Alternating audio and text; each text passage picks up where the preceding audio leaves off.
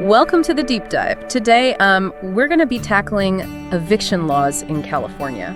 Oh, great topic. Yeah, it's something that, if you're a tenant or a landlord in California, you're probably pretty interested in. Right. And you send over a ton of great sources, legal websites, articles from law firms. We even got a YouTube video from a property manager. Wow, that's great. So we're going to kind of try to synthesize all this information for you. Yeah, makes sense of it all. And let's be real for a second. Evictions are really stressful. Oh, absolutely. So we're going to try to cut through the legal jargon and give you the key takeaways. Perfect. But this isn't legal advice. Right. If you're dealing with an actual eviction, you need to talk to a lawyer. Absolutely. Always best to get a professional. Okay, so let's dive in.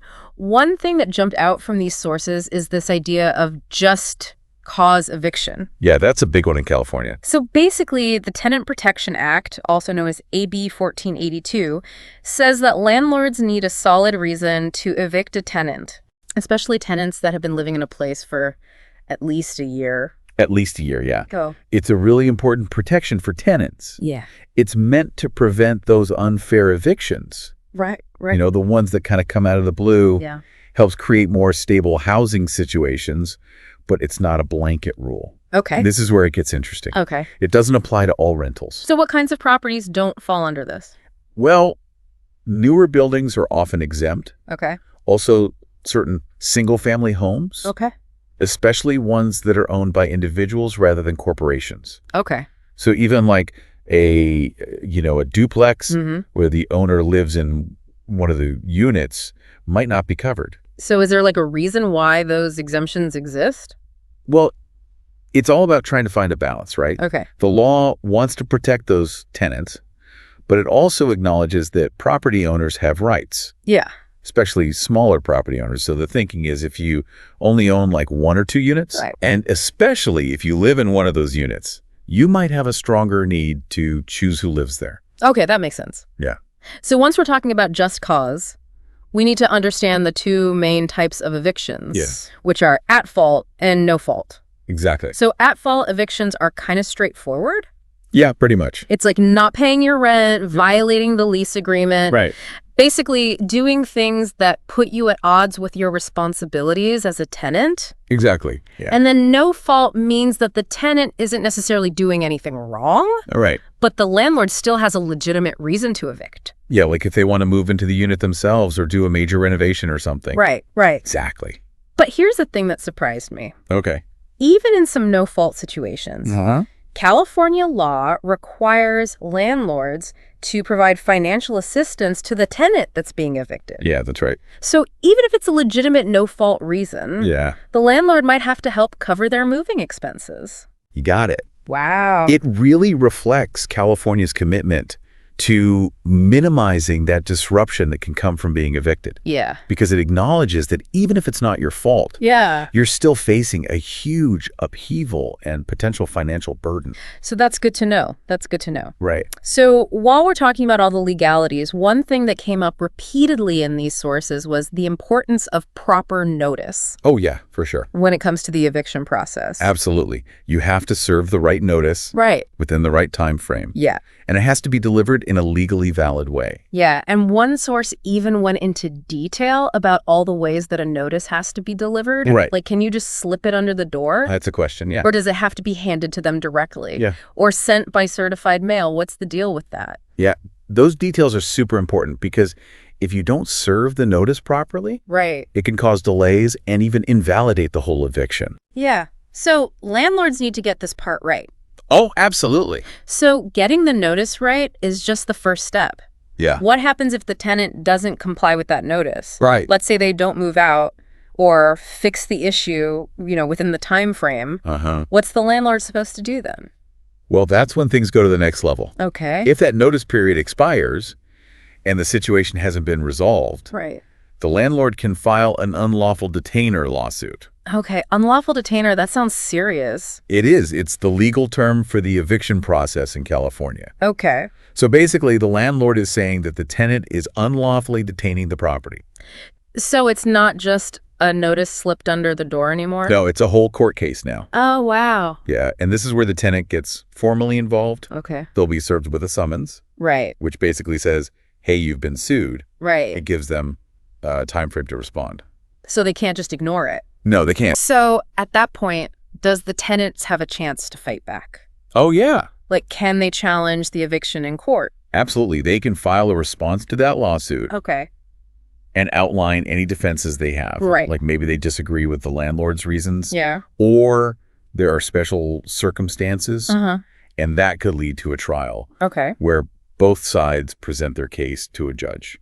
So it's not an automatic win for the landlord just because they filed a lawsuit? No, not at all. There's still a process and the tenant has a say. It's really important that both sides have a chance to be heard. Yeah.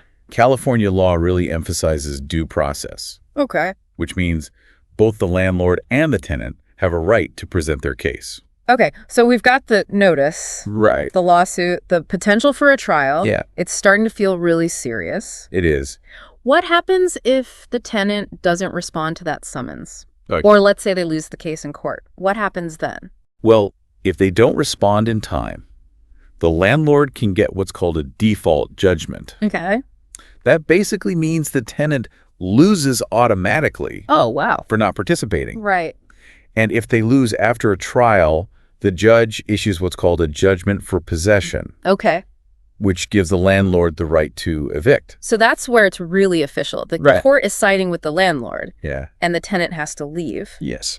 But what if they still refuse to move out at that point? Well, that's when we get to the final stage. Okay. And it can be pretty serious. Okay. The landlord can request that the sheriff's department physically removes the tenant. Oh, wow. Yeah, it's not something to be taken lightly. So it really emphasizes how serious this whole situation is. Absolutely. And how important it is for both landlords and tenants to understand their rights and responsibilities. Yeah, you really need to know what you're doing. Okay, so before we move on, okay, I just kind of want to recap what we've talked about. Sure. We covered just cause eviction.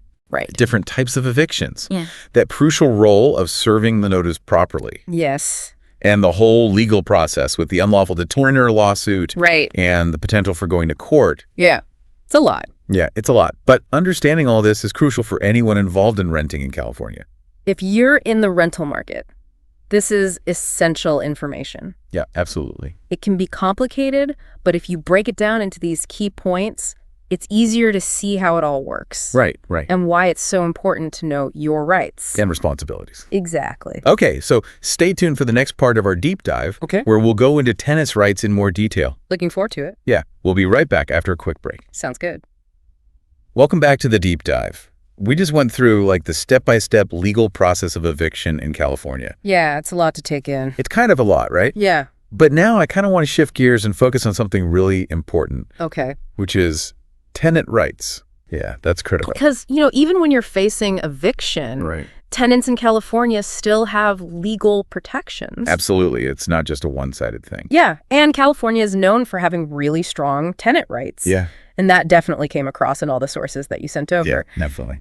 So one thing that was clear is that landlords cannot resort to, these illegal strong-arm tactics. Right, none of that. We hear about sometimes, changing locks, shutting off utilities, removing a tenant's belongings. Can't do it. Without a court order. Right, that's illegal.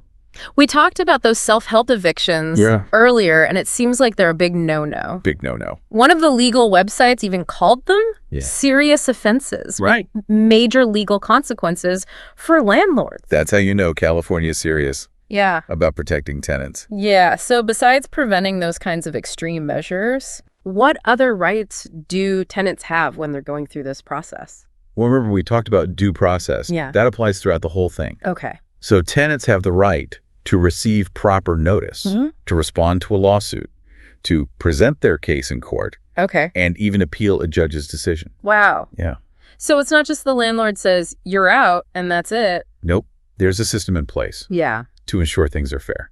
So, we keep mentioning AB 1482. Yeah, the Tenant Protection Act. Several sources really highlighted how important that law is. Oh, it's huge. So can you remind us again, what exactly AB 1482 does?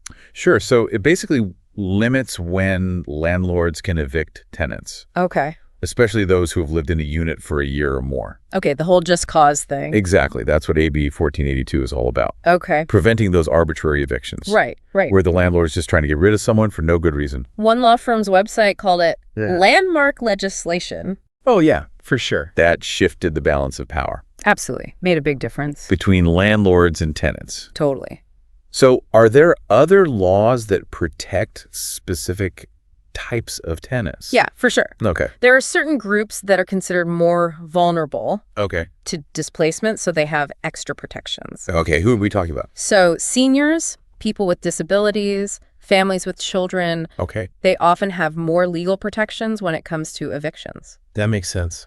Right, because it can be harder for them to find new housing. Yeah, especially if they're on a tight budget. Exactly. And one source mentioned a law that requires landlords to provide relocation assistance. Okay, hold on. Yeah. What does relocation assistance mean? So it's basically financial help to cover some of the costs of moving. Okay. So things like packing and moving expenses, application fees for new places, even the first month's rent or security deposit at a new place. So it helps ease that financial burden. For tenants who are facing eviction Right.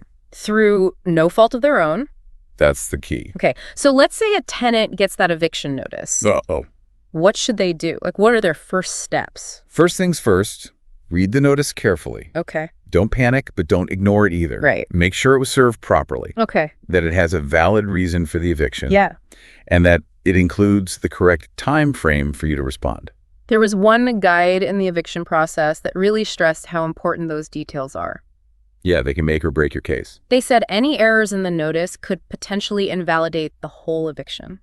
That's why it's so important to pay attention. Yeah, so tenants really need to scrutinize that paperwork. Absolutely. And this is where getting legal advice can be super helpful. No way. Especially if you're not sure about something in the notice. Yeah. Or you think the eviction might not be justified. Right. An attorney can help you understand your rights. Okay. And figure out any possible defenses you have. And just navigate the whole legal process. We can't stress enough how important that is. It's complicated stuff. To have that expert guidance. You can make a world of difference. Okay, so let's say a tenant believes the eviction is totally unjustified. Okay. What can they do to fight back? Well, like we mentioned before, they have the right to file a response to that lawsuit. That's their chance to say, hey, this isn't right. Right. And explain why. Okay. And if the case goes to trial, yeah, they'll have a more formal opportunity to make their case. So what happens at a trial? Well, it's like other trials. Okay. Both sides present evidence, call witnesses, right, make their arguments, and the judge decides the outcome. Yeah. It can be intimidating. Right. But it's important to know that tenants have that right to be heard. Absolutely. That's how our legal system works. So before we wrap up this part of our deep dive, I want to talk about something that came up in a lot of these sources, which is negotiation. Right. So even if a tenant gets that eviction notice, is it possible to work things out with the landlord outside of court? Yeah, absolutely. Okay. Negotiation can be an option at any point. The property manager in that YouTube video was a big fan of negotiation. Oh, yeah. He seemed like a good guy. He said he always tries to find solutions that work for both sides. That's the best approach. And he even gave examples of how he negotiated early move-out agreements or payment plans with tenants. Much better than going to court. Yeah, it's about finding that middle ground. Right. Where everyone feels heard and respected. Exactly. Even if it's not the ideal situation for either side. That's compromise. So even when it feels like things are headed for a court battle, there might be another way. Yeah, you just have to talk it out. Okay, so we've covered a lot in this segment. We have. About the importance of tenant rights. We talked about the legal protections from AB 1482. Right. The safeguards for vulnerable groups. Important. What tenants should do if they get an eviction notice. And the possibility of negotiating. Always worth a try. As an alternative to going to court. Definitely. So it's all about knowing your rights. And taking action. Absolutely. That's how you find solutions. Okay, so stay tuned for the final part of our deep dive. All right. Where we'll get into the financial side of evictions. Looking forward to it. Welcome back to the deep dive. We've been talking all about the legal side of evictions in California and those important tenant rights. Right, making sure everyone's protected. Now let's get real about something that doesn't always get enough attention. Okay. The financial side of evictions. Yeah, that's a big one. It's not just about paperwork and court dates. It actually hits people's wallets. It definitely does, and it can hit hard. Yeah, for sure. For both sides, actually. So let's start with the landlords. Okay. What are some of the financial things they have to deal with during an eviction? Well, I think the most obvious one is lost rent. Right, if the tenant's not paying. Yeah, that's money the landlord's just not getting. Especially for smaller landlords. Oh, absolutely. It can be a big problem for them. Who really rely on that income. They count on that money. Right. And it's not like they've got some big corporation backing them up. Yeah, right. Every dollar matters. Yeah, and then on top of that, lost rent. You've got legal fees if they hire an attorney. Right, which can be expensive. You've got court costs, filing fees. All those administrative things. It sounds like it can really add up. Oh, it definitely can. And then what if the unit's damaged? Oh, yeah, that's another expense. Repair costs. On top of everything else. So it's not just getting the tenant out. No, it's the aftermath. It's all the stuff that comes after. Exactly. And for tenants, yeah, the financial impact can be even worse. Absolutely. Much worse. So what are some of the challenges that tenants face? Well, they have to find a new place to live. Right. Often really quickly. Yeah. That means coming up with money for moving, application fees, and sometimes their rent goes up at the new place. It's like a domino effect. It really is. One problem leads to another. Yeah. And I think one of the biggest long-term consequences is the hit to their credit score. Oh, yeah. Having an eviction on your record can make it so hard to rent in the future. Because landlords want to see they want to know that you pay your rent on time. Right, that you're a reliable tenant. An eviction is a red flag. It is. It definitely makes them hesitant. So it's not just about the immediate cost. No, it's the long-term impact. It affects your ability to find housing down the line. It really does. But, it's not all bad news. Right. There's help out there. There are resources. For both sides. For landlords and tenants. Yeah, people facing eviction. We saw some mentioned in the sources. Oh, yeah. There are definitely options. So for tenants, there are legal aid organizations. Yeah, those can be a lifesaver. That can help, right. Absolutely. They can offer free or low-cost legal assistance. Which is so important. Especially if you can't afford a lawyer. Yeah, this stuff's complicated. It really is. Those legal aid organizations. Yeah. They can help tenants understand the process. Break it down for them. They can help them negotiate with their landlords. Try to find a solution. And even represent them in court. That's a huge help. And for both landlords and tenants, some areas have rental assistance programs. Right. Depending on where you live. And those can be super helpful. They can? They might offer funds. Yeah, the financial assistance. To help tenants catch up on rent. Right, get them back on track. Or cover moving expenses. To make that transition easier. And some even help landlords. Yeah, if they're struggling with lost rent. So while eviction's a serious situation. It is the big deal. There is help available. Absolutely, don't give up hope.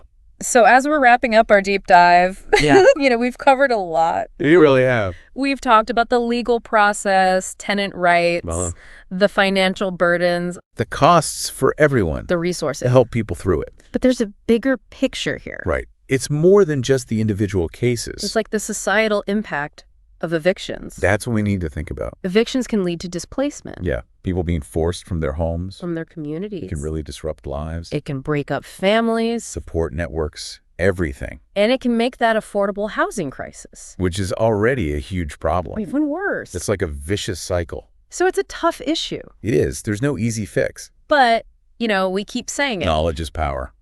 Understanding evictions. All the details. The rights, the responsibility. Landlords and tenants. Knowing those resources. It can make a world of difference. Yeah. So this deep dive was all about giving you that information. Giving you the tools. But it's also about encouraging you to think about the bigger picture. The impact on society. How can we make housing fairer for everyone? It's a question we all need to ask. So we're going to wrap up this episode of The Deep Dive. It's been a great conversation. Thanks for joining us. Thanks for having me. This is just a starting point. Yeah, keep learning. If you need specific legal advice or more information, talk to a professional. They can guide you. And until next time, stay curious, stay informed, and stay engaged. We'll see you on the next deep dive. See you then. Call now 71444299741. Thank you.